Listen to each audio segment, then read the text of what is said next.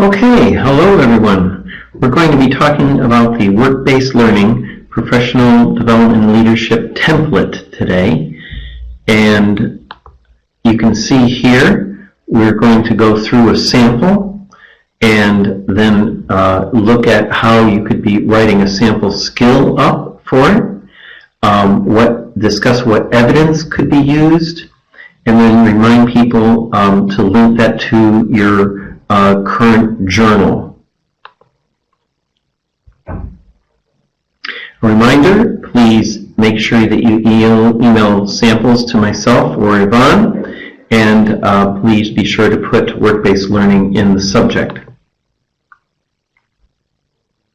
We do want to remind you that this is a group learning community, and so please make sure you're working on a regular basis with your study partner. Also, don't forget, within Google Docs we have the file that encourages you to track your progress and share your resources. Now, in the template, what we've done is we've created a table of contents with the headings on each page. So basically all you need to do is plug the content in. The structure is there for you. So we'll be doing this as a group activity, but for the purpose of this video, we'll be looking at a sample area of learning. What we want you to do is to ask the question, what is that area related to something in your own portfolio? Maybe have a look at it and see where you could improve it. And then what related skill could be developed to a higher level.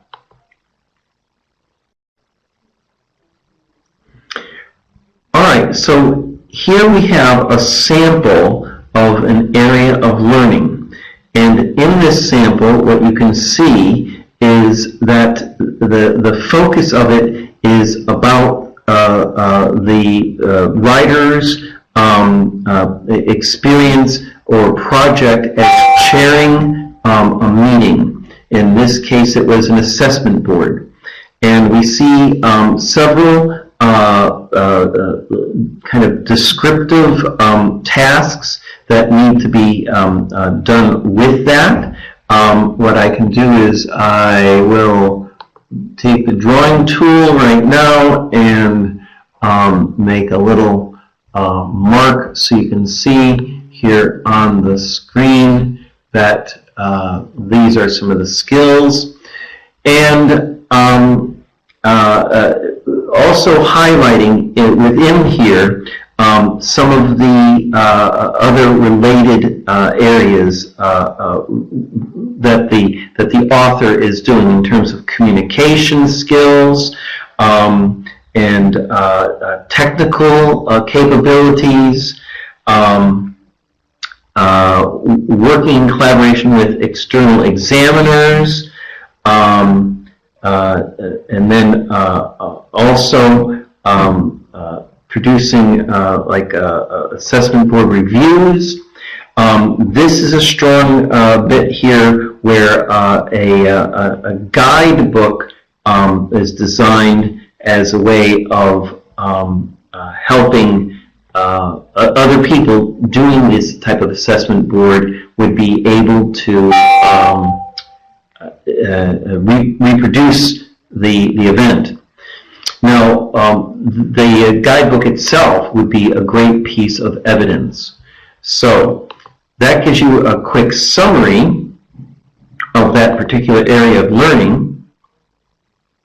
So the question would be, what kind of evidence might be associated with that? Well, if it's a meeting, you can go with minutes from the meeting. If there's some type of correspondence with the external examiner, emails would be perfect.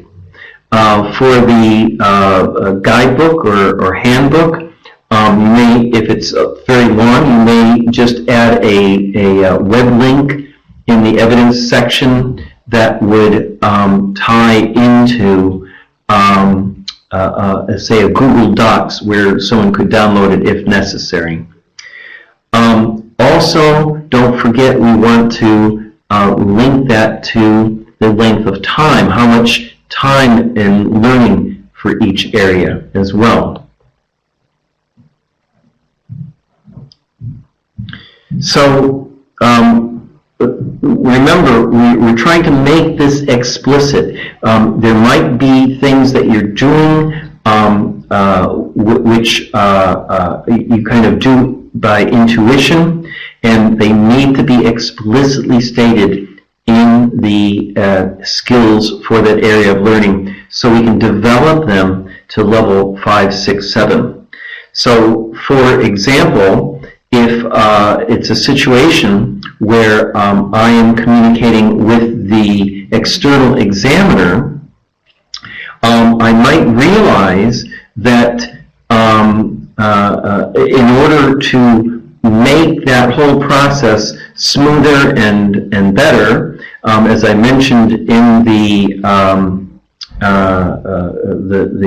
sample, that the pre-board, the pre-assessment board, is a critical element. So that may be something new that I have added to the assessment process that is making communication and sharing the meetings much better, because it's taking a prevention approach so that the big issues aren't coming up for the first time in the actual assessment board.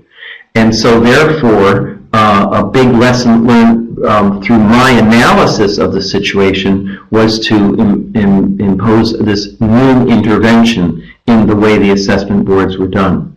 So through that management, that leadership capability, and introducing a new innovation of pre-boards, it certainly would be an example.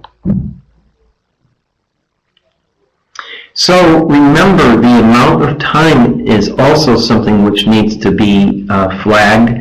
So for all the hours of the meetings themselves, for all the hours of researching, the time mentoring people, anything that was related to it. It might be doing an IT course, which allowed me to compose some documents. All of that would feed into that particular project or event.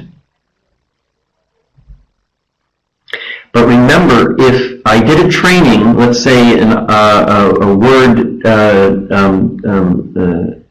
processing training, where I learned some techniques for chairing the boards, I couldn't use that training again, double claim it, in a separate area of learning. So remember, once you've used it, then you can't replicate it. And it can be all kinds of ways of supporting the learning. It might be formal learning. It might be informal learning as well. So having a coffee and chatting at lunch for an hour with your colleagues about the experience, that's informal learning, and you can count that as well.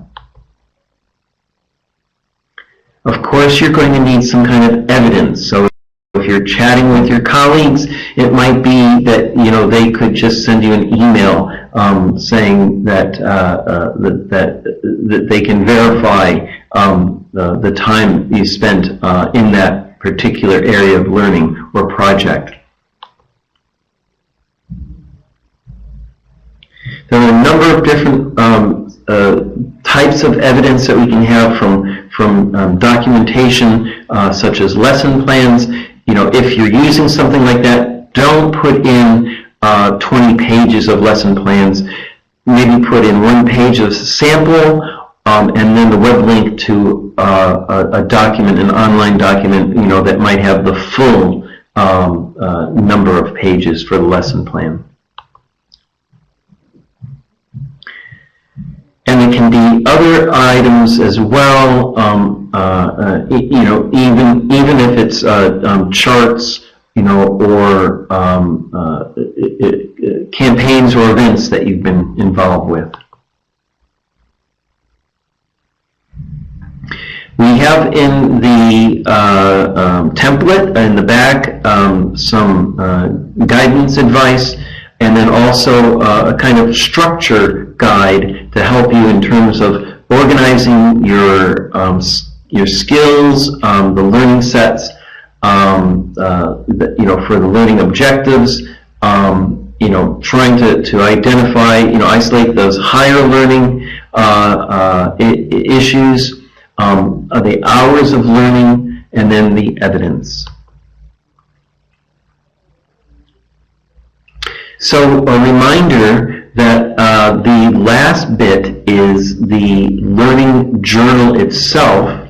So what that means is through the course of the week, as you are doing another project or even the current project, if that's what you're writing about, reflecting a little bit about the way you're doing things and what's the process and how it might be improved. Write things down, and then we'll be putting either a sample of that in the the last appendix of the portfolio, or as again we mentioned earlier, you can have the one-page sample linked to the full journal diary in, say, a Google Docs link. All right, well, that's it for this time. Please make sure you keep working with your colleagues, keep talking, keep communicating, and we'll see you next time.